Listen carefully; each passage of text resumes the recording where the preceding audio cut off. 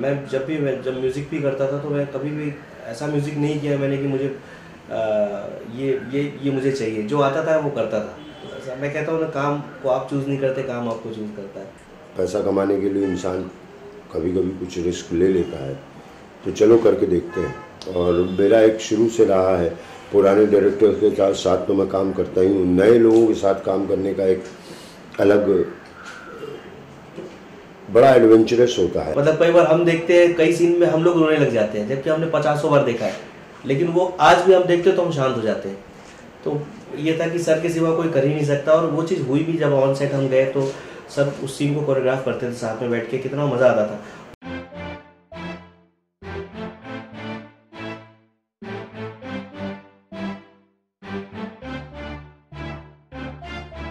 Hello and welcome to Absolute India News. Today we have with us the ace director Raj Ashu sir and very versatile Sanjay Mishra sir. Hello sir. Hello. First of all, congratulations sir. The trailer of the film looked just amazing. Sanjay sir, first of all आप अपने character के बारे में कुछ बताएं. हम lower middle class Indian है, एक बीवी है, एक बच्चा है, बेटी है, और हर बाप की तमन्ना होती है जो मैं कर रहा हूँ उससे कहीं बेहतर मेरे बच्चे करें। तो इसी तमन्ना को लेके जी रहा है, और जीने का उसके पास एक ही साधन है, रिक्शा। रिक्शा चलाता है, जितना हो सकता है अपने बच्चे के लिए बचाता है कि वो अच्छे कॉलेज में पढ़े, अच्छे स्कूल में पढ़े। जैसे एक आम, कोई ऐसा पर्टिकुलर कोई कैरेक्टर नहीं है, बट एक आम इंडियन जिसको बस मेहनत से कमाना है और परिवार को आगे बढ़ाना है, एक ऐसा सा चरित्र है। Thank you sir. Raj sir, how did you decide that you want to direct this picture?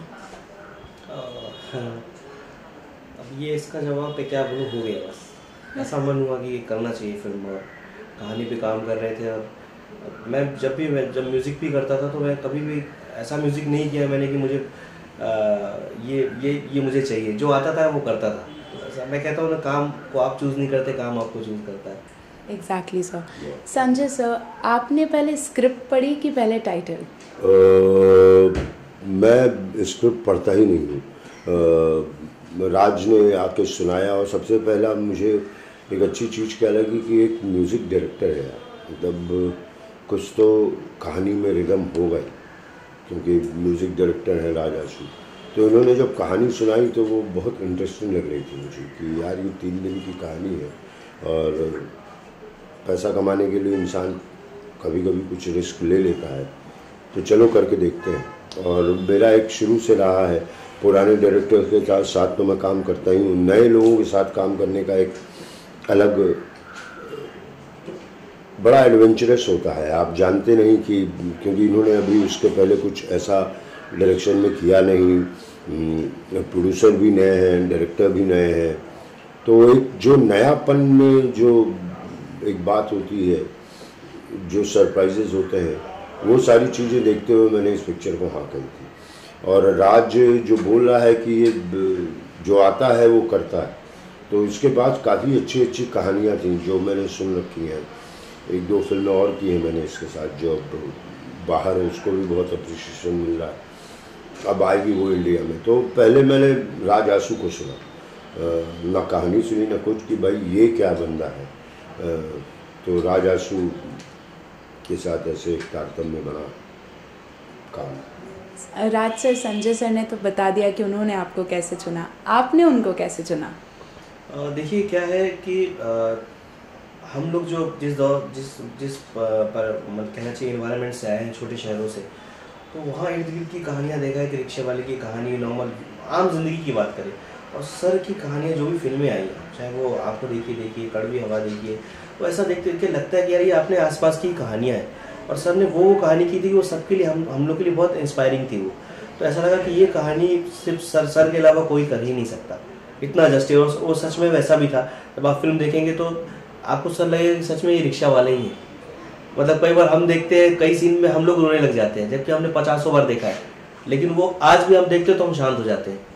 तो ये था कि सर के सिवा कोई कर ही नहीं सकता, और वो चीज़ हुई भी। जब ऑन सेट हम गए तो सर उस सीन को कोरियोग्राफ करते थे साथ में बैठ के, कितना मज़ा आता था।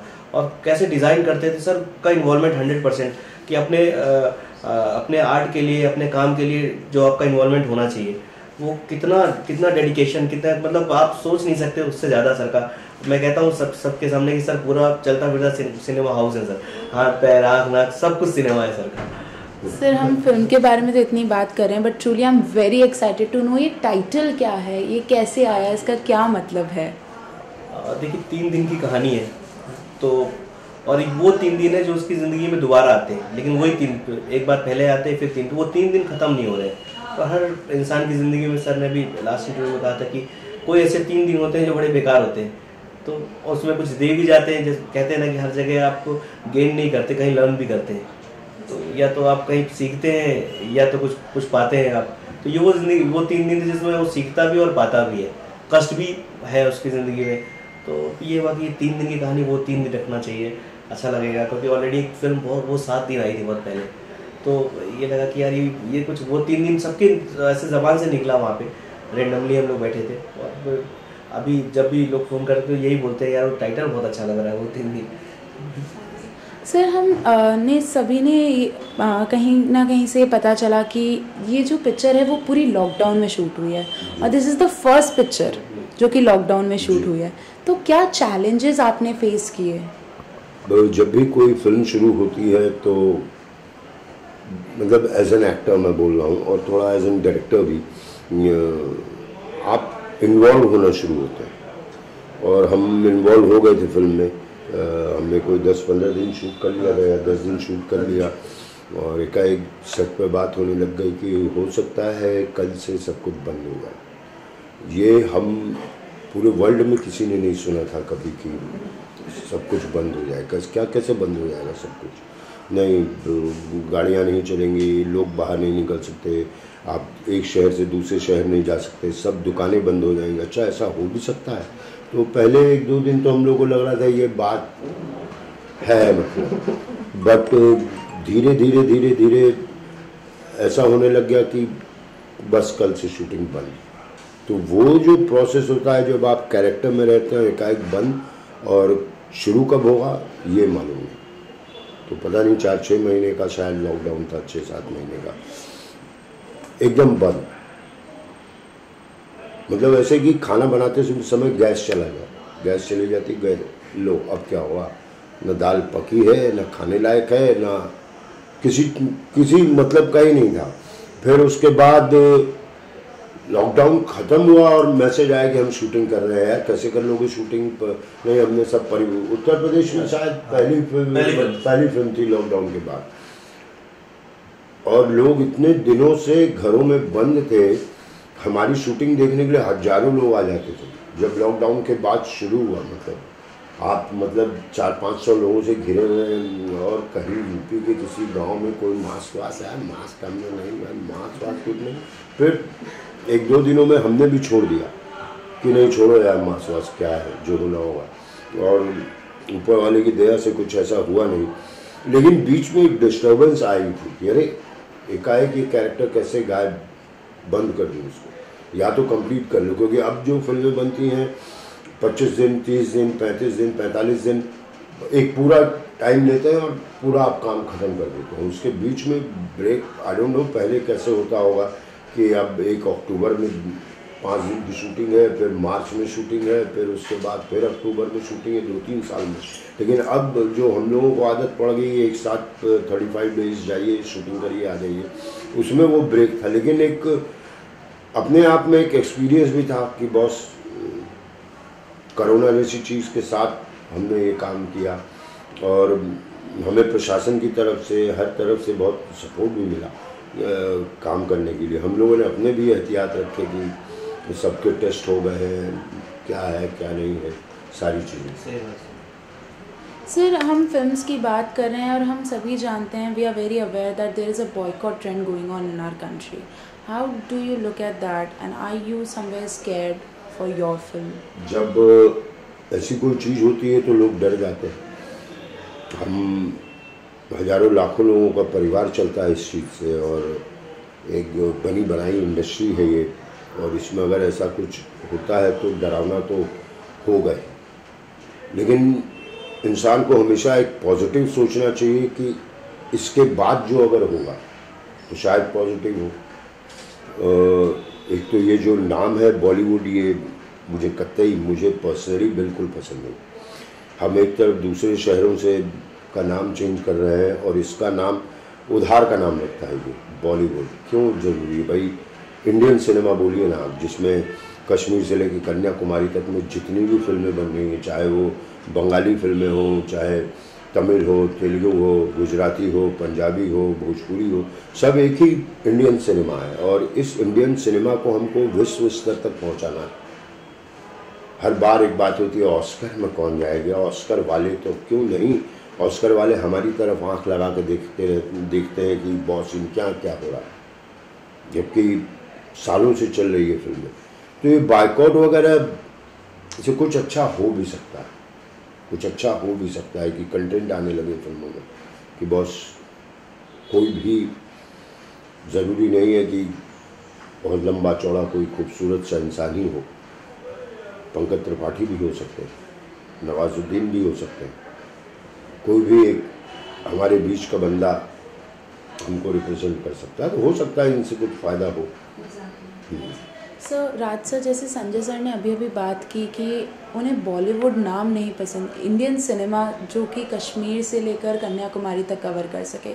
उसी के साथ मुझे याद आता है कि अभी बहुत ज़्यादा डिबेट चल रही है नॉर्थ साउथ, आपका इस पे क्या टेक है? देखिए, सर ने जो बात कही बिल्कुल सही बात है कि आप भारतीय सिनेमा में भी डिबेट ही खत्म हो जाएगी। हम सब भारतीय हैं, ओवरऑल तो हम सब भारतीय, तो भारतीय सिनेमा है, उसमें आप सभी आ जाएगा, तो फिर डिबेट ही खत्म हो जाएगी। ना वो अलग, ना हम अलग, ना ये अलग, ना वो अलग, सब एक है। फिर हम सब अच्छा मिलकर अच्छा काम करेंगे, अपने देश को रिप्रेजेंट करें बाहर, कि सबकी नज़र लगे कि हाँ यार ये क्या बनाया है लोग, चाहे वो मराठी सिनेमा हो, चाहे वो भोजपुरी हो, तमिल, तेलुगु, मलयालम, कन्नड़ा, हिंदी, बंगाली, गुजराती, जो भी हो, अच्छा सिनेमा बनना चाहिए। एग्जैक्टली सर, हम जैसे वापस coming back to the topic, हम वो 3 दिन की बात करते हैं, और मैं जब भी वो 3 दिन सोचती हूँ तो मुझे याद आता है टॉप 3। 3 की बात करती हूँ तो मुझे टॉप 3 याद आता है। तो उससे हमें एक फन रैपिड फायर तो करना ही पड़ेगा। बिल्कुल रैपिड होना चाहिए सर, जिसमें मैं आपको एक वर्ड दूंगी जिसपे आपके दिमाग में जो भी 3 चीज़ें आएंगी टॉप पे, आप वो फटाफट बोलेंगे 1 by 1, ठीक है? First, food. जिंदगी है, एक स्वाद है और एक संतुष्टि। Favourite movie? बहुत सारी है, मेरी फेवरेट मूवी आपको दिखी है। Sir Bollywood? I don't like this name. ऐसा कोई बॉलीवुड स्टेशन नहीं है, ऐसा कोई बॉलीवुड बेकार। नेपोटिज्म? बिल्कुल, ये भी बकवासी बात है। नेपोटिज्म क्या है सर? आप डॉक्टर का बेटा डॉक्टर भी बनता है, वहाँ पे नेपोटिज्म नहीं होता। यहाँ पे अगर कलाकार का बेटा कलाकार बनना चाह रहा है तो ये शब्द ही खराब है। Okay, this one is for both of you. Movie name वो 3 दिन। जिंदगी का एक टुकड़ा, एक 1 2 3 3 दिन, और कुछ अजीब सा, कुछ अच्छा, कुछ खूबसूरत, कुछ दर्दनाक, वो 3 दिन। 3 दिन मतलब कहते हैं ना कि आपकी ज़िंदगी के 3 दिन बड़े इंपॉर्टेंट दिन होते हैं। कोई वो 3 दिन हर इंसान की ज़िंदगी में तो एक अच्छा हिस्सा मानते हैं, कुछ अच्छा गुजरा हुआ पर। That's it, sir. That was Raj sir and Sanjay Mishra sir. Keep watching Absolute India News. Thanks for watching. Don't forget to like, share and subscribe. Follow our channel Absolute India News on Facebook, Twitter, Instagram, YouTube and website.